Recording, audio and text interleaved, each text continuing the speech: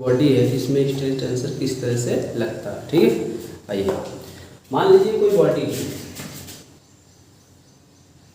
ये कोई बॉडी है, ठीक है, ये कोई बॉडी है और इस बॉडी पे ऐसे नॉर्मल स्ट्रेस लगा हुआ है सिग्मा एक्स, नॉर्मल स्ट्रेस लगा हुआ है सिग्मा एक्स। ठीक है, और जब नॉर्मल स्ट्रेस लगा हुआ सिग्मा, यहाँ पर हमने क्रॉस सेक्शन लिया, यहाँ पर हमने क्या किया, ये क्रॉस सेक्शन लिया और क्रॉस सेक्शन पे हमने क्या किया, एक पॉइंट यहाँ पे ए और यहाँ पे एक पॉइंट बी और यहाँ पे एक पॉइंट सी रिप्रेजेंट कर दिया। ठीक है, रिप्रेजेंट कर दिया। अब हम ये जानेंगे कि पॉइंट ए पे स्ट्रेस टेंसर क्या होगा, यानी स्ट्रेस टेंसर मैट्रिक्स कैसे बनेगी पॉइंट ए के लिए, पॉइंट बी के लिए कैसे बनेगी, पॉइंट सी के लिए कैसे बनेगी। ठीक है, मतलब ये कोई बॉडी है आपकी, ठीक है, इस बॉडी पे इधर और इधर क्या टेंसाइल नॉर्मल स्ट्रेस लगा हुआ है, यहाँ पे परपेंडिकुलर होगा, जाने में सब समझाया मैंने।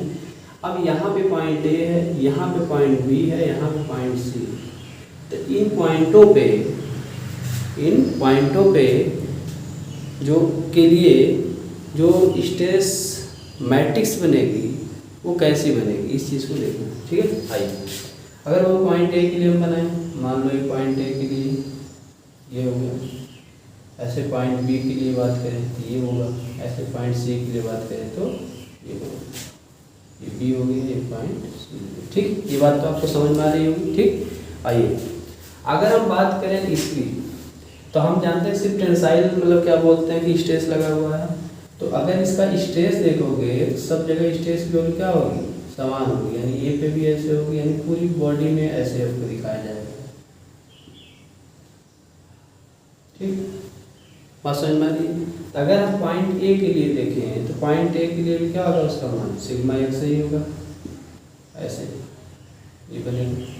ठीक, तो इसके लिए जब स्ट्रेस टेंसर आप बनाएंगे 2D में, ठीक, तो आपका यहाँ पे सिग्मा एक्स होगा नॉर्मल स्ट्रेस, और फिर आपका क्या होता है शियर स्ट्रेस यहाँ पर होता है, ये आपका 0 है, जैसे यहाँ पर शियर स्ट्रेस था ये भी 0 है, और ये वाई जब वाई प्लेन है उस पर शियर स्ट्रेस वो भी क्या है 0। ठीक, मतलब क्या हुआ, थोड़ा बार फिर से देखो, जैसे बॉडी है, ठीक, इस पर इधर की तरफ क्या नॉर्मल स्ट्रेस लगा हुआ है, तो अब हम इसके लिए मतलब स्ट्रेस टेंसर पॉइंट पॉइंट एक अगर मान लो स्ट्रेस टेंसर हम मतलब बनाना चाहते हैं, स्ट्रेस टेंसर मैट्रिक्स बनाना चाहते हैं, तो हम देख रहे हैं नॉर्मल स्ट्रेस एक है, यहाँ पे एक हो गया नॉर्मल स्ट्रेस। अच्छा, इस वाले प्लेन पे ये वाला जो प्लेन है, ठीक है, इसमें कोई मतलब स्ट्रेस लगा ही नहीं है इसमें, इसलिए 0 हो गया। अब इसके अलावा क्या शियर स्ट्रेस की बात करता है तो इसमें शियर स्ट्रेस लगेगा ही नहीं, क्योंकि नॉर्मल स्ट्रेस सिर्फ लगा हुआ है, इसलिए आपका मैट्रिक्स ऐसे लगेगा। इसी तरह से पॉइंट बी पे क्यों होगा, ठीक, ऐसे ऐसे सिग्मा एक्स दिखा दिया, देखो दिखाया इसलिए बराबर दिखाया गया, यहाँ भी बनेगा सिग्मा एक्स, यहाँ भी 0 0 0। ऐसे इसके लिए मैट्रिक्स अगर बनाएंगे तो चूँकि यहाँ पर भी देखो क्या है आपका, ये भी सिग्मा एक्स, ये भी सिग्मा एक्स, यहाँ पे भी आपका सिग्मा एक्स 0 0 0। ये बात शायद आप समझ गए होंगे। ठीक है, अच्छा अब अगर हम बाबू क्या करें, यहाँ तक मिटाएं इसको, अगर हम क्या करें, चलो अब यही हम बताते हैं कैसे क्या करें। अगर हम इसी बॉडी पे क्या करें, इसी बॉडी पे टॉर्क लगाते हैं, क्या करें, टॉर्क लगाते हैं ऐसे, ठीक, एक रजिस्टिंग टॉर्क भी आपको मिलेगा, इस पर दिखा देते हैं ऐसे, यानी ऐसे क्या करें, ऐसे टॉर्क लगाते हैं। तो जब टॉर्क लगेगा किसी बॉडी में तो आप जानते हो इसका मतलब मान लो समझ लो कि एक शाफ्ट है, तो टॉर्क जब लगेगा तो उसमें होगा क्या आपका, इसका शाफ्ट होगा, मान लो आपका क्रॉस सेक्शन बनेगा। ठीक, तो इसमें हम ऐसे मान लो दिखा दिए, अगर रजिस्टिंग टॉर्क उत्पन्न होगा तो जिसका क्या होगा आपका शियर होगा, जिसका क्या होगा शियर होगा। मतलब ये ऐसे शाफ्ट अगर है ऐसे, अगर ऐसे है तो इस पर ऐसे टॉर्क लगाएंगे तो अगर रजिस्टिंग टॉर्क ऐसे मिलेगा तो जिसके कारण ये ऐसे कट जाएगा, यानी ये प्लेन आपका क्या होगा, आपका ऐसा बन जाएगा। ठीक है, यानी शियर स्ट्रेस के कारण। तो शियर स्ट्रेस डायग्राम अगर हम इसके लिए खींचेंगे यहाँ पे, तो आप जानते हैं कि टाउ प्रोपोर्शनल टू आर होता है, जो T/J equal to tau upon R G theta upon L वाला फार्मूला होता है। तो उसमें T/J दिखा देते हैं आपको, T/J equal to tau upon R equal to G theta upon F. ये फार्मूला होता है ना आपका। अगर आप यहाँ से ये इतनी चीज़ों को सिर्फ ले लो, यानी T upon J equal to tau upon R, तो आप देख रहे हैं क्या यहाँ से, या इसको आप ले लो जो स्टैंड क्राइटेरिया को, इसको स्टैंड क्राइटेरिया बोला जाता है यार अपने बाबू, जो ट्रांसफर वाला बताएंगे तो आपको ये बातें करेंगे। ऐसे इसको अगर ले लिया जाए tau upon equal to G theta upon F, तो यहाँ पे ये वैल्यू क्या होती है, कांस्टेंट होती है, इसलिए टाउ प्रोपोर्शनल टू आर हो जाता है। टाउ प्रोपोर्शनल टू आर होता है, मतलब रेडियस अगर जीरो है तो शियर स्ट्रेस का मान जीरो हो जाएगा, यानी इसके सेंटर पे अगर शियर स्ट्रेस देखोगे तो वहाँ पे मान क्या होगा, जीरो होगा। जैसे जैसे रेडियस बढ़ेगी, जैसे जैसे रेडियस बढ़ेगी शियर स्ट्रेस का मान क्या हो जाएगा, बढ़ता जाएगा। शियर स्ट्रेस का मान क्या होगा, बढ़ता जाएगा। बात मेरी समझ में आ रही है? शियर स्ट्रेस का मान क्या होगा दोस्त, बढ़ता जाएगा। असल में यानी जो शाफ्ट है, शाफ्ट का ये जो सरफेस है, ये इस पे जो शियर स्ट्रेस का मान क्या होगा, ज़्यादा होगा, क्योंकि टाउ प्रोपोर्शनल टू आर होता है। कंपटीशन में पूछा जाता है कि जो शाफ्ट का जो सेंटर होता है उस पर शियर स्ट्रेस की वैल्यू कितनी होगी, क्या होती है, जीरो होती है। ये बात याद रखिएगा, ठीक है। अच्छा, दूसरा क्वेश्चन क्या होता है कि मतलब शियर स्ट्रेस की मैक्सिमम वैल्यू कहाँ पर होती है, तो जो आपकी शाफ्ट की जो परिध होती है, यानी शाफ्ट के सरकमफेरेंस पे क्या होती है, यानी इस पे क्या होती है, वैल्यू ज़्यादा होती है कि टाउ इक्वल टू आर होता है, क्योंकि आर का मान मैक्सिमम कहाँ पर होगा, वो सरफेस तक ही तो होगा, ठीक है। ये बात हमें ध्यान में रखना चाहिए। इसीलिए क्या किया जाता है, कुछ शाफ्टों को आप जानते हैं, शाफ्ट के बारे में पढ़े होंगे, खोखली शाफ्टें बनाई जाती है, क्योंकि उससे कई लाभ होते हैं, मटेरियल भी कम यूज हो जाता है और प्लस शाफ्ट हल्की रहती है, स्ट्रेंथ आपकी वही रहती है, ठीक है। ये चीज़ें हम मतलब जो इस चैप्टर उसमें पढ़ेंगे, हम पढ़ रहे हैं स्ट्रेंथ इसके बारे में देखते हैं। अब देखो दोस्तों, अब क्या होगा, अब क्या होगा, ठीक। अगर हम बात करते हैं इस पे, अब टार्सन उत्पन्न हो गया, तो इसके लिए स्टेट डायग्राम यहाँ पे हम बनाए हैं समझाने के लिए आपको। तो आप जानते हो ऐसे ऐसा बनेगा, देखो ये सेंटर होगा, यहाँ दिखाया ऐसे इधर की तरफ ये ऐसे होगा, ठीक है। अगर हम बात यहाँ पे करते हैं तो इस पे अब क्या शियर भी हो रहा है, क्या हो रहा है दोस्त, शियर भी हो रहा। तो अगर हम उसको दर्शाएं मान लो, तो ये इधर की तरफ और इधर की तरफ आपको शियर दर्शाया जाएगा, तो एक कंप्लीमेंट्री शियर स्ट्रेस जनरेट होगा, जो आपको ऐसे रिप्रेजेंट करना पड़ेगा। प्रिंसिपल स्ट्रेस वाला जब चैप्टर पढ़ाएंगे तो आपको इसके बारे में कंप्लीमेंट्री जो शियर स्ट्रेस होता है उसके बारे में आपसे बातें करेंगे, ठीक। अच्छा, इस वाले पॉइंट, अब इस पॉइंट के लिए अगर मतलब टाउ क्या हो, सब टाउ होगा। अगर हम इसके लिए मैट्रिक्स खींचें, इस ए पॉइंट के लिए मैट्रिक्स अगर हम खींचते हैं तो क्या बनेगा, देखो ध्यान से, ए पॉइंट के लिए अगर मैट्रिक्स खींचे क्या बनेगा, तो आप जान रहे हो क्या होगा आपका, यहाँ पे सिग्मा एक्स होगा, फिर टाउ एक्स वाई, एक्स मान लो एक्स प्लेन होगा, एक्स वाई आप सोचते हो ना, एक्स आपको प्लेन को दिखाता है, ठीक है। वाई क्या क्या दिखाता है, वो वाई डायरेक्शन को दिखाता है, वाई किसको दर्शाता है, डायरेक्शन को दिखाता है। ये बात आप समझते हैं, ठीक है, ये बात समझ में आ गई। अच्छा, ऐसे ही इसका जो आपका इसकी जो मिरर इमेज बनेगी यहाँ बनेगी, तो यहाँ पे दर्शा देते हैं टाउ वाई एक्स, और यहाँ पे जीरो हो जाएगा।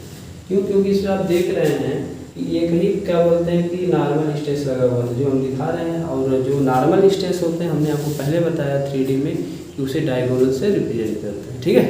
ऐसे ही हम आते हैं पॉइंट बी, क्या आते हैं पॉइंट बी के लिए, इस पॉइंट के लिए आप देखो ध्यान से डायग्राम में, इस पे नॉर्मल स्ट्रेस तो वही है, लेकिन आप यहाँ पे देखो तो शियर स्ट्रेस का मान जीरो, क्योंकि बी पॉइंट कहाँ से होकर जा रहा है, उस शाफ्ट के सेंटर से होके जा रहा है, शाफ्ट के सेंटर से होके जा रहा है। जब सेंटर से होके जा रहा है तो आपका इसके लिए अगर हम स्ट्रेस मैट्रिक्स खींचेंगे सिर्फ नॉर्मल स्ट्रेस रहेगा।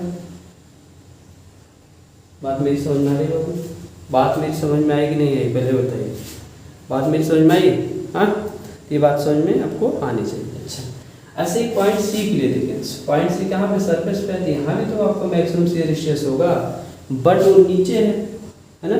तो एक आपका ऊपर ये है, तो ये आपका अगर पॉजिटिव लिए हो ऊपर वाले को, यहाँ वाले को, यहाँ का जो आपका हो रहा है, तो नीचे वाला जो निगेटिव लेना पड़ेगा शियर स्ट्रेस।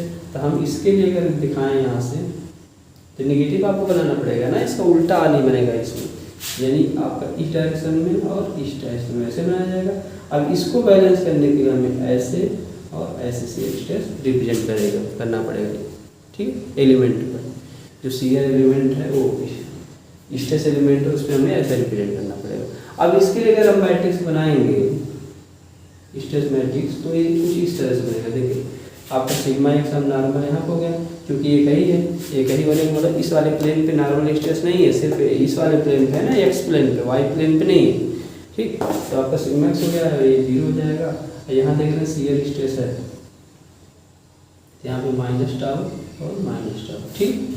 यहाँ भी आप टाउ लिख सकते थे, कोई दिक्कत नहीं था, ठीक। ये बात आपको सारा समझ में आई है ना।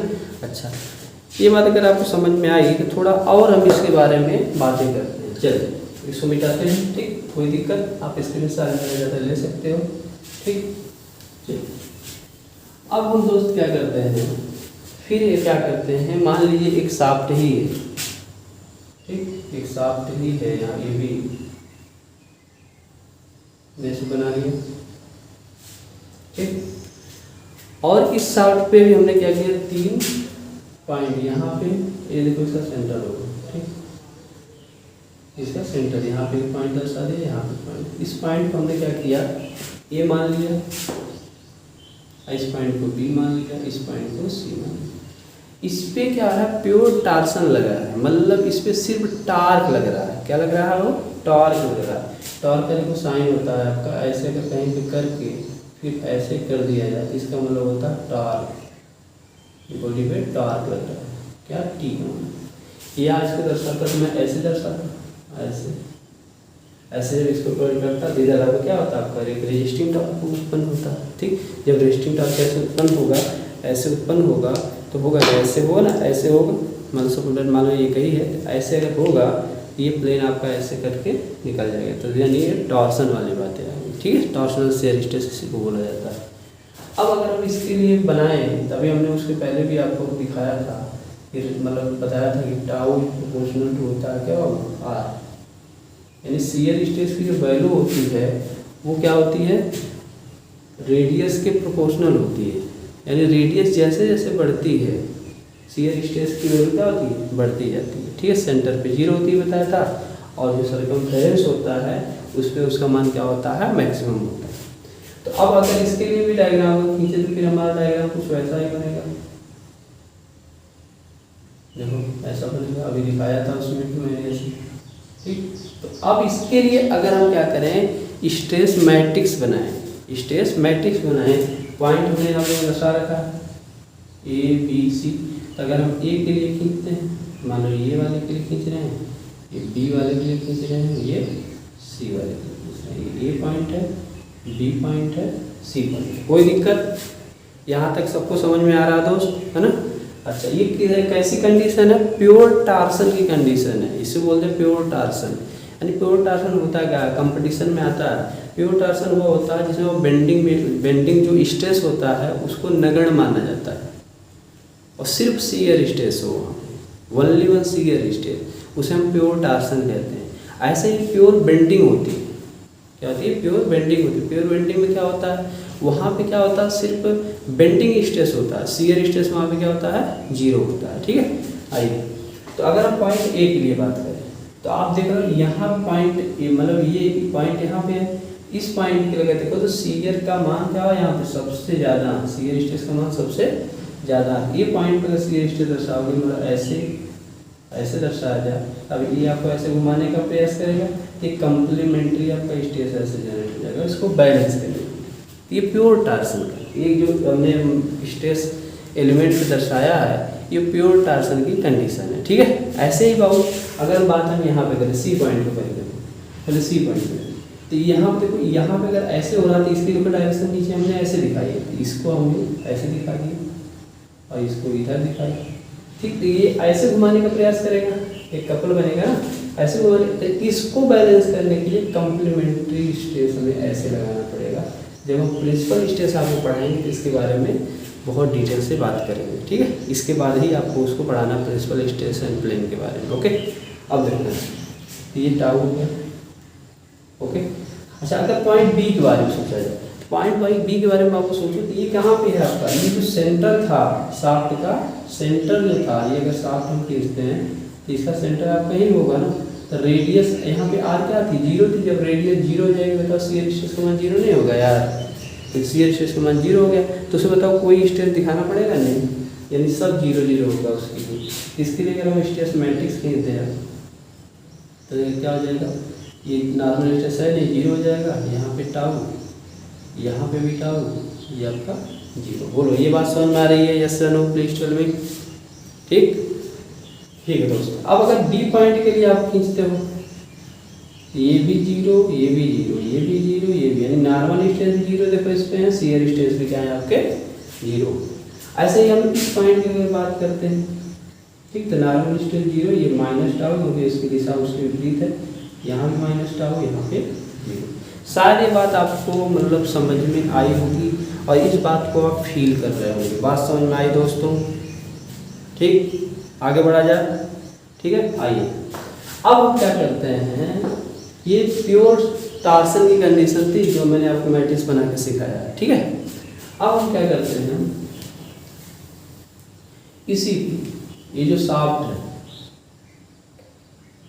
ये सर्कुलर शाफ्ट होती है, और देखो ये इसकी कंडीशन है, समझो ये है आपका, यहाँ पे फिक्स है, ये आपके शाफ्ट है, इसमें मैंने ऐसे टार्क लगाया था, ऐसे टार्क लगाया तो ये कंडीशन आई थी जो अभी हमने पढ़ा है, अभी हमने पढ़ा है। अब हम क्या करते हैं, इसी शाफ्ट पे ऐसे क्या करते हैं, ऐसे मतलब एक हम क्या करते हैं, मोमेंट देते हैं। क्या करते हैं, मोमेंट देते हैं। मतलब ये मेरा हाथ है, जैसे ये शाफ्ट फिर मतलब क्या बोलते हैं, शाफ्ट यहाँ पे फिक्स है, तो इसको हमने क्या किया, ऐसे मोमेंट लगा दिया, ऐसे मोमेंट लगाएंगे। ठीक है, और देखते हैं कैसे लगाते हैं। देखो तो हम ऐसे क्या किए, एक मोमेंट लगा दिए। ठीक, तो अब शाफ्ट अगर मान लो ऐसे फिक्स है तो क्या क्या करेगी वो कैंटिलीवर बीम जैसी मतलब व्यवहार करेगी। ठीक है, अब इस पर ऐसे मोमेंट अगर लगाया जाएगा तो ऊपर वाली जो सरफेस होगी, ठीक है, उसमें टेंसाइल स्ट्रेस जनरेट होगा। ठीक, जो नीचे वाली जो सरफेस होगी यहाँ पे ऐसे, तो वहाँ पे क्या होगा आपका bending stress, compressive stress generate, जैसे ये आपका समझो कैंटिलीवर बीम है, दिखाई दे रहा होगा आपको, देख लो 3D हम आपको दिखा रहे हैं यहाँ पे। अब इस पर हमें ऐसे क्या कर रहे हैं, ऐसे ऐसे हमने यहाँ पे ऐसे एक मोमेंट लगा है। जब मोमेंट लगाएंगे तो ये ऐसे थी, ये ऐसे होगी नहीं होगी, तो इसकी जो अपर फाइबर होंगे वो टेंसाइल हो जाएंगे, और जो बॉटम फाइबर होंगे वो क्या हो जाएंगे, कंप्रेसिव हो जाएंगे। ठीक है, ये बात तो समझ में आ रही है आपको? ठीक है, आइए तो हम क्या करते हैं, इसका एक मतलब क्रॉस सेक्शन भी दिखा देते हैं समझाने के लिए। ये क्रॉस सेक्शन मान लो, चलो सर्कुलर है, सर्कुलर बनाते हैं ऐसे। ठीक है ना? अच्छा, इसका अगर हम डायग्राम खींचे, क्योंकि बेंडिंग हो रही है उसके कारण, यहाँ पे आपका ऐसे बनेगा। ठीक, तो बेंडिंग इक्वेशन यहाँ पे लगेगा। अब दिखाएं बेंडिंग इक्वेशन होता क्या है, एम बट्टे आई इक्वल टू होता है बाबू सिग्मा पी बट्टे Y equal to E upon R, ये होता है। ठीक, इसमें आप पढ़े हैं कि सर सिग्मा जो बी होता है प्रोपोर्शनल टू वाई होता है। आप कहोगे सिग्मा बी क्या है? हाँ, सिग्मा बी क्या है? सिग्मा बी है बेंडिंग स्ट्रेस, वाई क्या है, ये एक न्यूट्रल एक्सिस, इसको हम न्यूट्रल एक्सिस बोलते हैं। न्यूट्रल एक्सिस से जो दूरी वो होती है। अच्छा बताओ, न्यूट्रल एक्सिस अगर मान लो यहाँ से होकर जा रही है ऐसे, मतलब थोड़ा सा इसमें समझना, ये ऐसे मान लो न्यूट्रल एक्सिस यहाँ से होकर जा रही है, यहाँ से ऐसे, ठीक है ऐसे, तो न्यूट्रल एक्सिस वाई का मान अगर जीरो होगा तो बताओ बेंडिंग स्ट्रेस का मान जीरो होगा नहीं होगा? बेंडिंग स्ट्रेस का मान जीरो होगा। वही चीज़ देखो यहाँ दिखाई गई, यहाँ पे बेंडिंग स्ट्रेस का मान जीरो। अब जैसे जैसे वाई का मान बढ़ेगा वैसे वैसे देख लो आप स्ट्रेस की मतलब यहाँ जो दर्शाया गया बेंडिंग स्ट्रेस डायग्राम बनाएगा उसमें उसका मान बढ़ता है। ऐसे ही वाई का मान बढ़ते बढ़ते अगर आर के बराबर हो जाता है, आर को मतलब आपका शाफ्ट की जो रेडियस है उसके बराबर अगर हो जाता है तो बेंडिंग स्ट्रेस का मान वहाँ पे सबसे ज़्यादा हो जाता है। ठीक, इस बात को आप फील कर पा रहे हैं? इस बात को आप फील कर पा रहे हैं? यस और नो प्लीज टेल मी। ठीक, चाहिए चलते हैं। अगर हम इसके लिए क्या बोलते हैं, पहले पॉइंट ए के लिए देखें, फिर पॉइंट बी के लिए हम बनाते हैं, फिर पॉइंट सी के लिए बनाते हैं। चलो यही बना देते हैं, पॉइंट सी के लिए बनाते हैं। तो आपका यहाँ ए हो गया, पॉइंट बी हो गया, पॉइंट सी हो गया, दिख रहा है ठीक। अगर आप ए पॉइंट पे देखो तो ये क्या है आपका, एकदम टॉप फाइबर होगा, ये ऊपर टॉप फाइबर होगा ठीक। तो टॉप फाइबर के लिए देखो यहाँ स्ट्रेस का मान क्या आ जाएगा, इसको अगर मैं सिग्मा एक्स से दर्शा दूँ, ये सिग्मा एक्स हो जाएगा, ये भी सिग्मा एक्स हो जाएगा। अगर पॉइंट बी के लिए देखा जाए क्या कोई स्ट्रेस जनरेट हो रहा है, नहीं हो रहा भैया, कोई मोमेंट लगाया गया है, ये तो है नहीं कि इस पर हमने टॉर्सन लगा दिया तो कुछ हो गया, ऐसी कोई बात तो हमने किया नहीं ठीक है, इसलिए ऐसे ही रहेगा। अब सिग्मा सी के लिए अगर देखा जाए तो इसमें आपको ऐसे दिखाना पड़ेगा, क्यों दिखाना पड़ेगा भी समझाते हैं ठीक। देखिए थोड़ा सा देखो दोस्त, अभी हमने बताया कि ये मेरा हाथ जैसे ये ऐसे है ठीक। अब ऐसे है, ऐसे हमने क्या किया, एक मोमेंट ऐसे कर दिया। अब क्या जितने ऊपर के फाइबर होंगे टेंसाइल स्ट्रेस उसमें होगा ठीक, जो नीचे के फाइबर होंगे उसमें क्या हो जाएगा, कंप्रेसिव स्ट्रेस जनरेट हो जाएगा। बात मेरी समझ में आ रही है। और इसका जो न्यूट्रल एक्सिस होगी उस पर क्या होगा, स्ट्रेस का मान 0 होगा। क्यों होगा, क्योंकि हम जान रहे हैं सिग्मा बी प्रोपोर्शनल टू क्या होता है, वाई होता है। वाई क्या होती है, न्यूट्रल एक्सिस से मेजर की गई डिस्टेंस उसको बोलते हैं ठीक। अच्छा यहाँ पे अगर हम देखें तो अगर इसके लिए हम स्ट्रेस मैट्रिक्स बनाए तो हमारा देखो नॉर्मल स्ट्रेस है, शियर स्ट्रेस का मान 0 है। तो जहाँ शियर स्ट्रेस का मान 0 होता है उसको क्या कहते हैं, प्योर बेंडिंग बोला जाता है, यानी इसमें सिर्फ ओनली बेंडिंग होगी। बात समझ में, ये प्योर बेंडिंग की कंडीशन है ठीक है। ऐसे बी पॉइंट पे देखोगे स्ट्रेस एलिमेंट को दर्शाओगे तो सब 0 0 मिलेंगे। ऐसे सी पॉइंट पे अगर आप रिप्रेजेंट करते हो तो माइनस सिग्मा एक्स बोला जाएगा और 0 0 0। बात मेरी समझ में आ गई, यहाँ तक कोई दिक्कत किसी को ठीक है, नहीं होगी शायद, है ना। अच्छा अब हम बात करते हैं एक चीज़ की और इसको मिटाते हैं। मान लो यही शाफ्ट है, शाफ्ट मान लो या बीम मान लो, है ना, समझते चलो। देखो कोई भी चीज़ होती है ना वो बीम ही के अंतर्गत आती है, बीम जैसा बिहेव होकर के शाफ्ट भी एक बीम के ही अंतर्गत आती है। बीम बहुत विस्तृत वर्ड होता है ठीक है।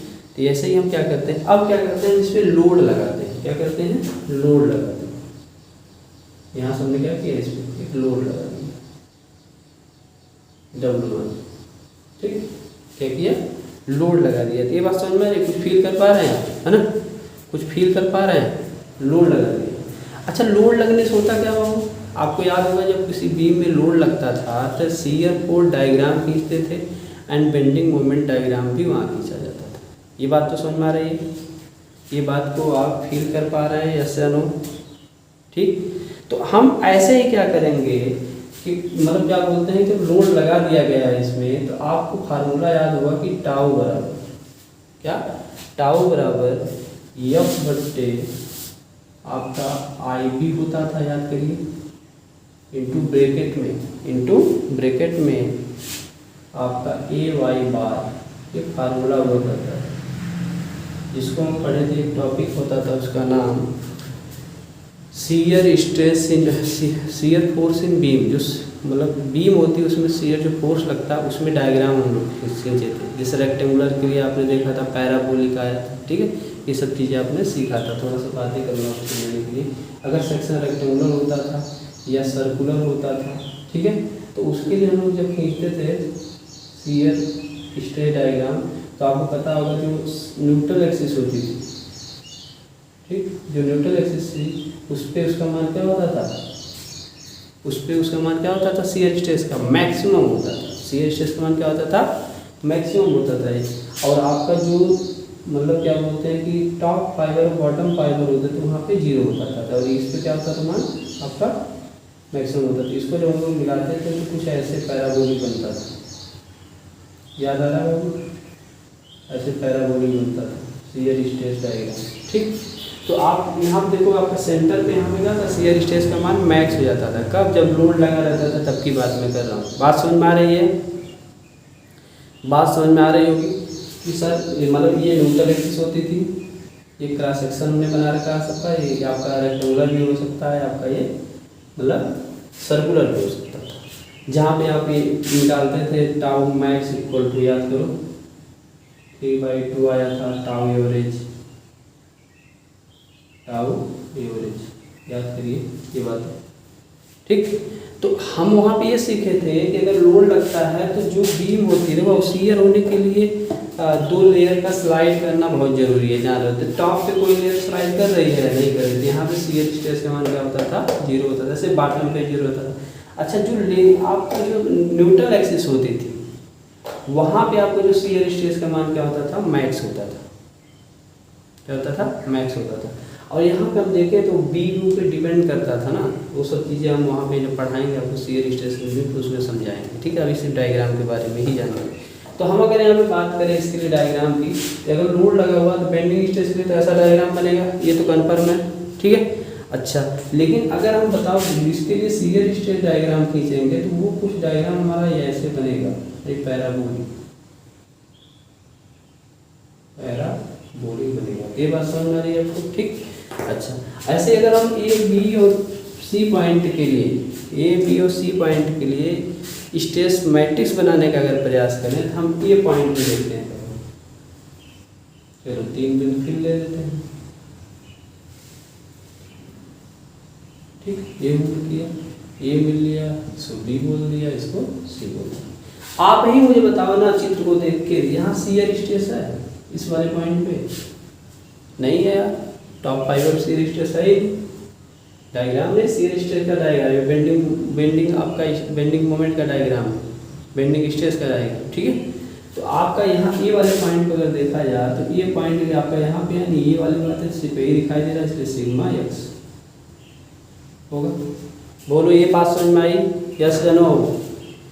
अच्छा, दूसरी चीज़ समझिए बाबू, दूसरी चीज़ समझिए, अगर हम पॉइंट बी पे आते हैं तो देखो यहाँ पे बेंडिंग स्ट्रेस का मान 0, लेकिन शियर स्ट्रेस का मान क्या, मैक्स है, यानी टाउ मैक्स है आपका यहाँ पे। ये ऐसे हम बना दिए, ये आपको क्या करेगा, ऐसे घुमाने का प्रयास करेगा तो हमें ऐसे बनाना पड़ेगा, हमें टाउ से दर्शा दिया, सब टाउ टाउ।